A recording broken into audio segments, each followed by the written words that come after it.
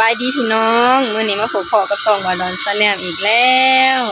มื้อนี้ก็มาพบกับสตุ๊กนะพี่น้องมื้อนี้ก็สตุ๊กจะพาพ่อแม่พี่น้องไปเบิ่งนะพี่น้องเนาะไปเบิ่งต้นไม้ไปเบิ่งต้นไม้ใบหญ้าของพี่สาวเนาะเพิ่นซื้อมาปลูกอยู่แถวรอบบ้านของเพิ่นเนาะพี่น้องแล้วก็เพิ่นก็ได้มอบหน้าที่ให้หลานสาว2คนเนาะฝากให้หลานสาวน่ะพดต้นไม้ให้เพิ่นจะให้เงินเป็นรายเดือนเนาะพี่น้องเนาะเดือนละ500ก็ถือว่าโอเคแล้วเนาะสำหรับเด็กน้อยเพราะว่าเขาก็บ่มีรายได้เนาะเป็นการฝึกไปในโตเนาะพี่น้องเนาะเพิ่นว่าพดน้ำพดอันต้นไม้ให้ป้าเช้าเย็นเด้อเดี๋ยวป้าจะเอาเงินให้เป็นรายเดือนว่าซั่นป่ะเดี๋ยวเฮาไปเบิ่งกันว่าตอนนี้เอมี่เพิ่นพดไปฮอดไสแล้วเนาะพี่น้องไปกันเลยเนี่ยง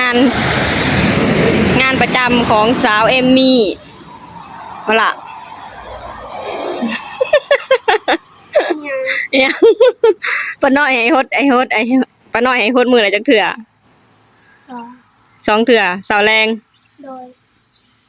เราว่าสิเอาเงินให้เดือนละเท่าใดเดือนละ500ป้าเพิ่นว่าสิเอาเงินให้เดือนละ500เนาะพี่น้องต้นไม้เพิ่นมีหลายเด้เพิ่นซื้อมาประมาณ10ต้น10กว่าต้นพุ่นมั้งพี่น้องนี่อยู่ทางนั้นก็แม่นเบิดเลยอันนี้ต้นพร้าวนี่เพิ่นซื้อต้นละ500พุ่นเด้อ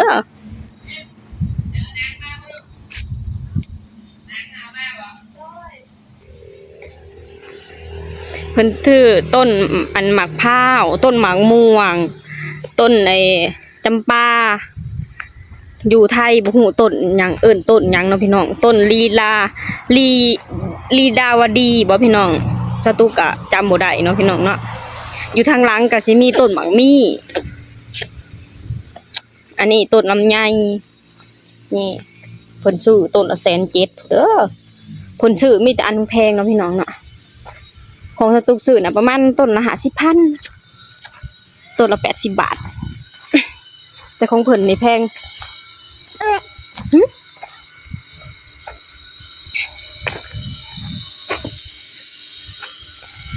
นี่อันนี้คือต้นหมังมี่เนาะพี่น้องต้นหมังมี่เนี่ยก็ต้นละ170,000พอดีพี่น้องเลยเนี่ยมาทางนี้กะต้นมะกรูดนี่เพิ่นปลูกจะต้นแล้วพี่น้องเพิ่นซื้อตั้งแต่พร้อมไอ้สตุกปีที่แล้วพุ่นเนาะถ้าก็ขึ้นได้สำนี้อันนี้ก็ต้นไผ่เนาะต้นไผ่เลี้ยงน้องเพิ่นปลูกรอบบ้านเลยเด้พี่น้อง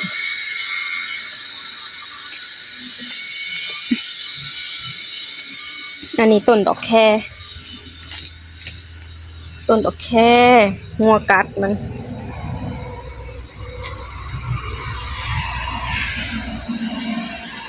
ต้นหยังพี่น้องอยู่บ้านสตุกดอกไม้ดอก12 โมงเนาะพี่น้องเนาะอยู่ที่ไทยน่ะสิต้นคุณนายตื่นสายหรือเปล่าคุณนายตื่นสายว่าซั่นอันนี้คือดอกแก้วเนาะพี่น้องเนาะนี่เพิ่นสิเอาอันนี้คุมไว้เลยเพิ่นว่ามันแดดเพิ่นน่ะอีต้นไม้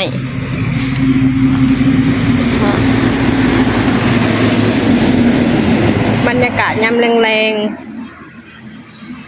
เนี่ยน้องสาวก็มาเบิ่งพี่สาวมาเบิ่งเอื้อยพดต้นไม้นะพี่น้องเนาะป้าน้อยเพิ่นว่าให้เดือนละ500บ่ล่ะถ้าแน่ว่าเฮ็ดต้นไม้ป่าใต้นี่เราสิว่าได้นั่นล่ะ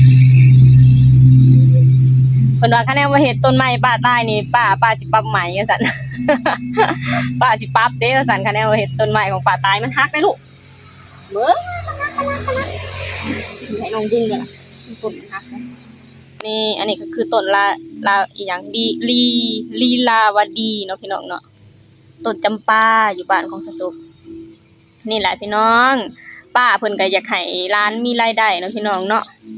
ดีกว่าเสียแบบว่าให้เพิ่นมีรายได้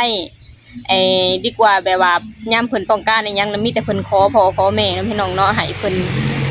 อยากได้อีหยังต้องมีการแลกเปลี่ยนอยากได้อีหยังต้องออกเผื่อออกแห้งเนาะพี่น้องเนาะเพื่อจะได้เ เป็นนิสัยเพราะว่าเด็กน้อยผู้มื้อนี่อยากได้อิหยังมีแต่ขอพ่อขอแม่เนาะพี่น้องอันนี้ก็คือการฝึกไปในตัวเนาะพี่น้องเนาะอยากมีเงินเก็บอยากมีรายได้เฮาก็ต้องมีการแลกเปลี่ยนเห็นงานแลกเปลี่ยนอันนี้คือสิ่งที่ถูกต้องเนาะพี่น้องนี่หน้าบ้านเพิ่นก็สิเป็นประมาณนี้เด้อนี่หน้าบ้านเพิ่นอันนี้คือบ้านของสตุกเนาะพี่น้องกับบ้านของพี่สาวมาทางนี้กับบ้านน้องสาวนี่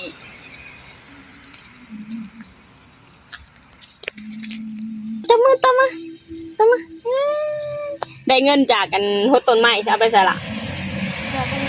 ดอกกระปุกหมูเพิ่นว่าได้เงินจากการหดต้นไม้เพิ่นจะไปเอาไปหยอดกระปุกหมูเนาะพี่น้องเนาะนี่หมดน้องกันดิล้างตีนน้องกำลังดื้อเพิ่นว่าได้เงินจากกันเฮ็ดเวียกได้เงินจากกันใน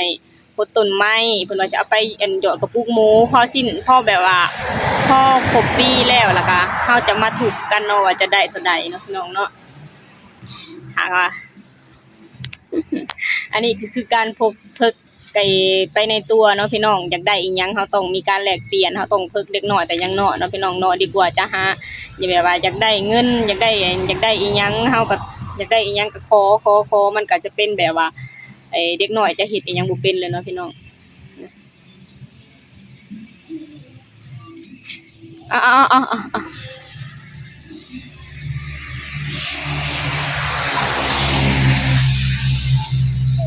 การเฮ็ดงานของสาวเอมมี่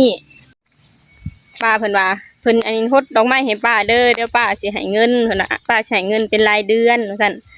ทางร้านก็ดีใจเนาะพี่น้องเนาะทางร้านก็อยากมีรายได้อยากมีรายได้อยากมีเงินเพิ่นนะในเฮ็ดสลับกันระหว่างเอมมี่กับแพตตี้เนาะเพราะว่าเอมมี่กับแพตตี้น่ะสลับกันอาทิตย์ละเทื่ออาทิตย์นี้แพตตี้อาทิตย์ต่อไปก็เป็นเอมมี่แบบว่าเพิ่นบ่ได้ขึ้นมานอนน้ำพ่อน้ำแม่คู่มื้อเด้อ2ล้านนี่เพิ่นจะสลับกันลงไปนอนน้ำแม่ใหญ่คนหนึ่งเนาะพี่น้องเนาะ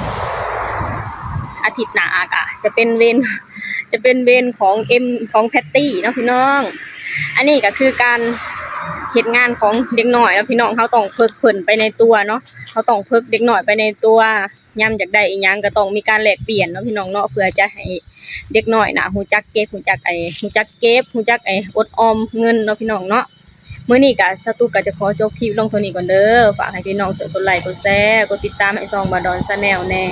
สบายดีสวัสดีค่ะ